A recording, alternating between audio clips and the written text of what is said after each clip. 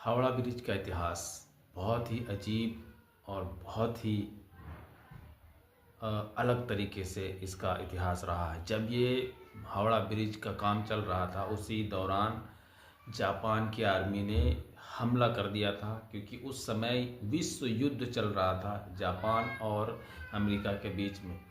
तो उस समय क्या हुआ कि जापान के कुछ प्लेन्स इस ब्रिज के ऊपर हमला करने की कोशिश कर रहे थे, लेकिन ये ब्रिज का काम चल रहा था।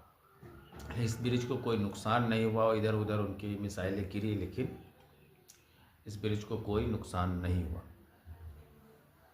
हाय, मैं हूं अली खान और आप देख रहे हैं मेरा बॉलीवुड चैनल कुड़ियों का राजा। आज हम एक ऐसे इतिहास के बारे में बात करने वाले हैं जो कि आपको झिझोड़ कर रख देगा।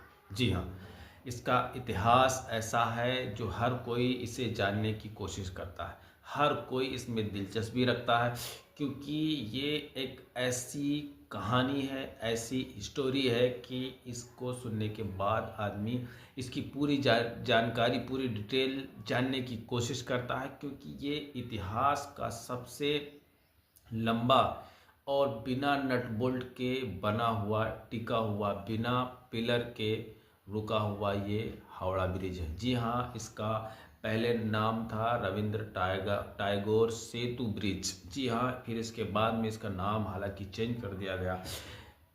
तो वीडियो बहुत ही इंटरेस्टिंग होने वाली है, इस वीडियो को छोड़कर कहीं जाइएगा नहीं। आज हम एक इतिहास में उस पुल के बारे में बात करने वाले हैं जिसको बनाने के लिए ब्रिटिश सरकार ने बहुत मेहनत की, क्योंकि जब ये हावड़ा स्टेशन रेलवे स्टेशन बना तो लोगों को स्टेशन तक पहुंचने के लिए बहुत ही मुश्किलों का सामना करना पड़ता था। वहाँ पर एक नदी हुआ करती थी, उस नदी का नाम मैं आपको बता देता हूँ। इस नदी का जो नाम है वो मैं आपको बिल्कुल अभी बता देता हूँ।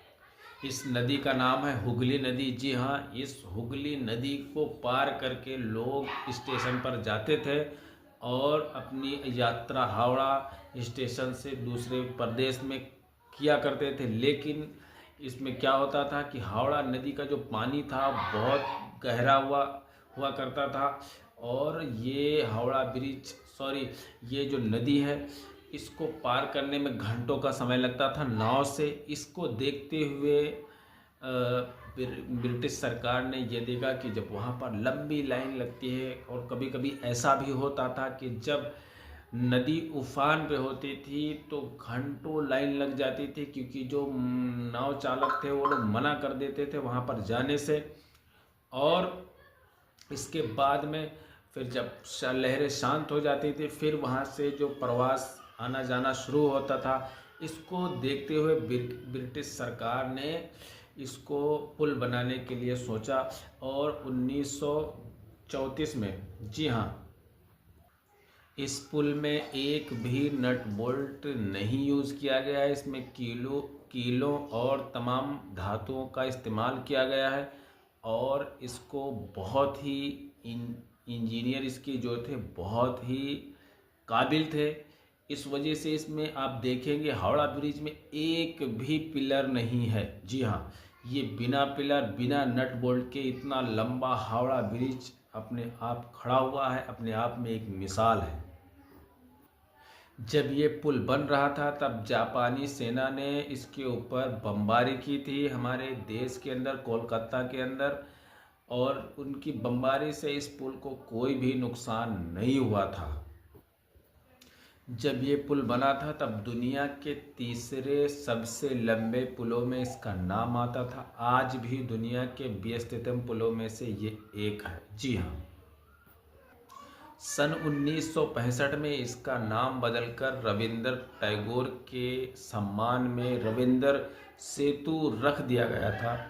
आज भी लोग इसे हावड़ा ब्रिज के नाम से जानते हैं। जी हाँ, आपसे एक छोटी सी रिक्वेस्ट है, अगर आप मेरे इस चैनल पर नए विजिट किए हैं तो आप मेरे इस चैनल को लाइक सब्सक्राइब ज़रूर कर लें, क्योंकि आने वाली ऐसी इन्फॉर्मेटिव वीडियो आप तक पहुंचे सबसे पहले बार। वीडियो को कहीं छोड़कर जाइएगा नहीं, क्योंकि वीडियो में बहुत ही ख़ास जानकारी मैं अंत में देने वाला हूं जो शायद आपको आपने कभी इससे पहले सुना होगा। जी हाँ, क्या आपको पता है कि सालों तक इसके पाए के किनारे लोग गुटखा खाकर थूकते रहे, गंदगी मचाते रहे। वैसे भी हमारे देश के लोग गुटखा बहुत ज़्यादा खाते हैं और इस गुटखे का कारण उसके जो इधर उधर के जो पाए थे, उस पाए की मोटाई में कमी आने लगी, तो उसमें जंग लगने लगा था। लेकिन सरकार ने जब ये देखा कि गंदगी के कारण ये इनके पाए में नुकसान हो रहा है, कमज़ोर हो रहे हैं, तो सरकार ने इसको फाइबर की कोटिंग करवा दी और वहाँ पर गुटखा खाकर थूकने से मना करवा दिया गया, बैन करवा दिया गया। जी हाँ, अब हम इस ब्रिज की खासियत और इसकी कुछ ऐसी चीज़ों के बारे में बात कर रहे हैं, जैसे कि इनकी चौड़ाई, लंबाई और मोटाई क्या है। जी हाँ, इसकी चौड़ाई लंबाई जो है 2100 मतलब 2150 फीट है और इसकी चौड़ाई जो है 71 फीट है, जो 8 लेन की सड़क को तैयार करती है। जी हाँ, और ये हुगली नदी कोलकाता और हावड़ा को जोड़ता है। जी हाँ, अब आप इससे अंदाज़ा लगा सकते हैं कि उस समय के जो इंजीनियर रहे होंगे किस तरीके से इसको डिज़ाइन किया होगा कि बिना नट बोल्ट के, बिना पिलर के इसको इस तरीके से डिज़ाइन किया कि आज तक सैकड़ों साल होने को आ रहे हैं और ये ब्रिज अभी तक अपनी जगह पर खड़ा है। इसमें कोई अभी तक रिपेयरिंग नहीं की गई है। जी हाँ, अगर आपसे एक बार मैं एक छोटी सी रिक्वेस्ट करता हूँ कि अगर आप मेरे इस चैनल पर नए विजिट किए हैं तो आप इस चैनल को सब्सक्राइब कर लीजिए कि ऐसी हेल्पफुल जानकारी आप तक पहुँचाने की मैं कोशिश करता हूँ। हम मिलेंगे फिर किसी नेक्स्ट वीडियो में, तब तक के लिए जय हिंद।